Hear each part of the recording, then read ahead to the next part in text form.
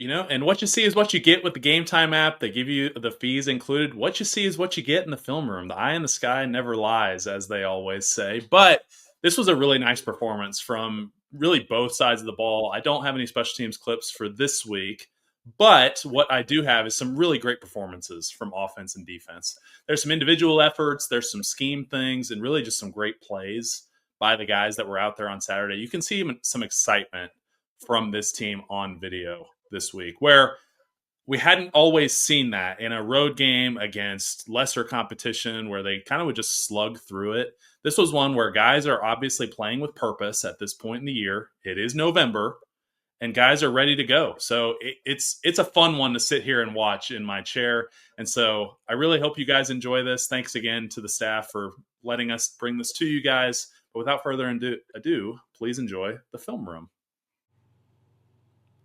Welcome back to the Film Room, everybody. I am your host, Hayden Howerton. Wanted to bring you guys some really cool clips from this past week's game against Boston College. And while we certainly had better athletes on the field than Boston College, I also think the scheme was better. When you look at some of the eyes in the sky that don't lie in this game, you're going to see some of that. So this first play here that I'm going to show you guys, we go back to the tackle over that we've seen a couple times this year. And typically when you go tackle over, teams are going to make the adjustment as they're going to put the tight end back in a tight end spot. So they're going to make the adjustment as they would really make the right guard the center by the defensive front to get them on the right page, because otherwise you've got four offensive linemen on the same side. Well, Boston College does not make the adjustment. They're giving us an under front to this. So they're going to give us a 2-eye, and they're going to give us a 9 technique here. There's a lot of space for running lanes when they line up this way, and SMU certainly took advantage of it. So on the snap, both Andrew Chambly at the tackle over spot and Josh Bates are going to get into what's called a man reach. So they are just man blocking outside zone on their defenders in front of them. And then on the front side, you're going to have a double here between the right tackle and the right guard, as they're going to work up to the next available. Really, this is the linebacker that works up into their gap, so Addison really just gets on tracks and helps out whenever possible. I really love this wrinkle that we added into this outside zone play in the fold on the backside. So Savion here at the left guard spot is going to block out on this D tackle, creates a lot of separation in a backside running lane, while Matthew Hibner is going to come underneath them and cut off this backside linebacker. Addison helps him out here. He does get a piece of him. I would have loved for us to push this ID so that way we could get Addison up to number 2 here. But sometimes in the field of battle, this is just what happens. So still a great run. Still gets us up to the linebacker. Could have been even better if we pushed this out, but a great way to set the tone early in this game. Speaking of set the tone here, this is one of those runs that always sets the tone. This is known as duo. This is what's called the duo concept here in the run game. And really what you need to know about duo is you think about it as power with no pullers. So we would run this very similar mindset to if we're running power or if we're running counter, in terms that we want our double teams to go straight vertical if we can. So here on the backside, we're really running a deuce here between the right guard and the right tackle, trying to take this guy vertical. And then on the front side, we're going to run an A between the center and left guard. This is a serious A here. We move this 2-eye off the spot. We're able to get into a great position as we cut the defense in half here. So on this deuce, we get split a little bit late. I would love to see the right leg of the right guard continue to work through the crotch of the defender so that way we don't get split like this. But ultimately, we end up turning out. We get just enough on this backside linebacker that he just gets a hand on TJ Harden here. If he's able to shed that arm tackle, is able to break a couple more tackles and end up with an explosive run here. Really nice job of this offensive line taking it to this Boston College front, who's known as being very physical, and I thought we excelled in the trenches on Saturday. We certainly excelled in the trenches, but I also thought the passing game was exceptional this past week. So we just saw the duo scheme in the run game. Well, now we're going to run a duo protection here. So we've got the same thing. It's an A and a deuce, but that sucks the linebackers up. It allows our pass catchers to get behind them. You got your receivers out here. Thought this was a really nice job by Jordan Hudson going vertical. He sees and senses this safety getting inside leverage on him, and he's able to break this out. Kevin on the run here notices it too, makes a great throw here as we've just got the safety beat here. Ends up being an explosive pass and another 7 points for SMU. When the run game's going well, it certainly makes protecting Kevin a lot easier as well. Kind of keeps Boston College on their heels a little bit. I thought this was the case here. While this is a third down and long, And you see Boston College start to get into their flavor of the week. Looks like they were going to bring what we used to call a either radar or UFO front, depending on which system I was in. But ultimately, they have 3 big bodies in the game here. So they've got odd structure, nose guard, 2 true DNs. And then they have 15 here, who's walking around left, right. You're not really sure where he's going to end up blitzing. You're also seeing this linebacker number 33 starting to get low a little bit, starting to creep. This is one of those times that you're just wanting to get back and let the blitz come to you. I think we did a nice job here. Do a nice job of passing everything off, as this is a serious exotic blitz. They're rushing the nose guard all the way outside the tackle. They're dropping one of the DNs. They're bringing field pressure over here from the right. Even Derek McFall here does a nice job sticking his nose in there, picking up the extra man to the outside. Offensive line keeps Kevin clean.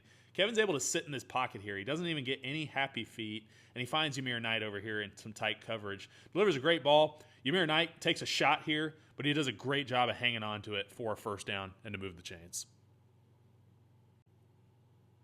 Speaking of Ymir, he was a human highlight reel on Saturday, as came up with multiple big-time explosive plays here. Kevin was finding him often and early in this game, and this is one where he really just breaks free. He runs right by this corner that's over the top of him. I think that's actually the nickel. But he does a nice job of running a great route. He steps on his toes. He forces this nickel here to commit. And when his hips are flipped, he just goes right behind him. Is wide open, couldn't be more wide open. But once he gets in the open space, makes a couple more guys miss. He's got some perimeter blockers down there running down. I think that's Romello Brinson streaking down the left side, who's trying to get in on the play a little bit, help his brother out. But a really nice play. This was one of the plays of the game for SMU, and I think Dean had this on his Dean's list to go check out. This was a great play, top to bottom, great protection, great throw, and a great run after catch here by Ymir.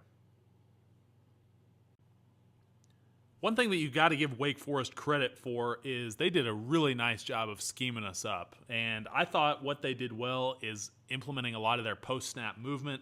So what that meant is after the ball was snapped, they were stemming to different gaps. So you'd have D tackles, 2 eyes becoming 3s. You had DNs spiking inside. And we didn't do a nice job of picking it up in that game a few weeks ago. However, it's nice to see this offensive line make the adjustment, as obviously Garen Justice and crew have worked this since then. So on this play, we're really running a inside zone here to the right. The Eagles have one of these games on where they're moving everybody inside. They're rocking this 3 technique way outside as the DN comes crashing in. I think we do a really nice job. This is supposed to be a backside B here between Savion and Andrew Chambly. Savion keeps going as he feels pressure go away. He climbs up to the linebacker. Chambly does a really nice job turning on the next guy. Matthew Hibner helps secure it. And then the 3 guys over here on the right do a really nice job with their eyes of pushing it to this outside blitzer.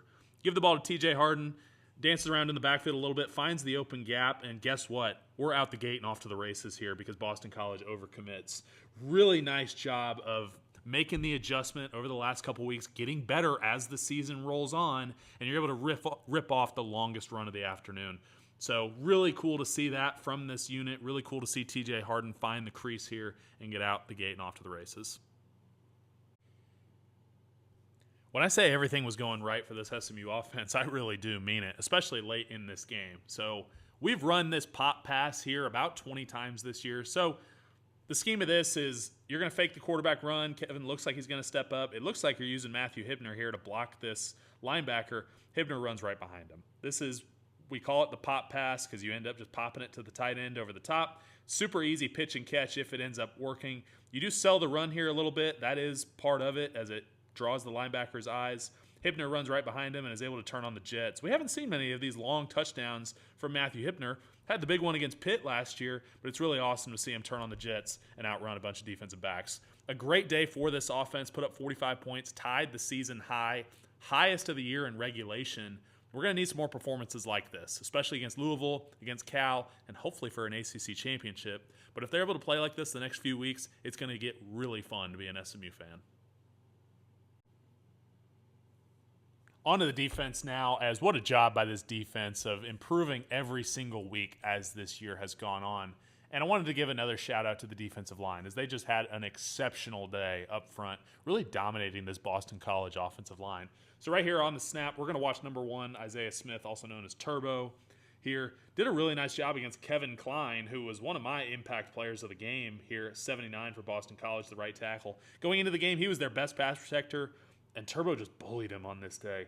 Really cool to see. This is a pretty good set here by Klein. He opens up a little bit late, but Turbo just does a great job of getting his hands off of him, turning the corner, continuing to rush that arc, and he's able to get home for a big-time sack when we needed it. Really cool for Turbo to tie the single-game sacks record with 4, and a really nice job by him and many others on this defense. These are the games that you're really able to judge the depth of your team. And I think somewhere that we're super deep at is defensive tackle. So I wanted to give a shout out here to Shaq and Woo Spencer as they do a really nice job, not just on their rush, as they don't really get a lot of pressure here, but they do a nice job of matching the arm here. Really, both of them stick their arm up here in slow motion. And I'm not sure who's able to get an arm on it first. I think it's Woo Spencer. But on the next play, you saw Shaq, number 40, able to get a hand on it and get another pass broken up. Back-to-back plays, that really demoralizes an offensive line, and just a great job up front. Another guy I wanted to give some love to after this game, DJ Warner, man. Guy that we got from Kansas, coming over from the Jayhawks to join this defensive line, and a guy that is really young. He's only a second-year college football player. He's going to develop more into his body. His rush bag is going to continue to get better. But I think in this game we started to see some of that big-time defensive end rush moves. So Kevin Klein, again here, the right tackle, a guy that I was very high on going into this game, just makes him look silly. Hits him with the chop spin move here. He throws Kevin Klein in the spin cycle and is able to get home for a strip sack that Ahmad ends up falling on. It's the first turnover for the defense on the day. It's first forced fumble for DJ Warner here in a game that really is able for him to build some confidence going into the last two games of the year. Overall, from the defense, I gave him an A-, but a really great day overall as they came up big when it mattered. They didn't allow a bunch of points, and they were able to build some confidence going into that Louisville game in a couple weeks. A really nice day for this team, top to bottom.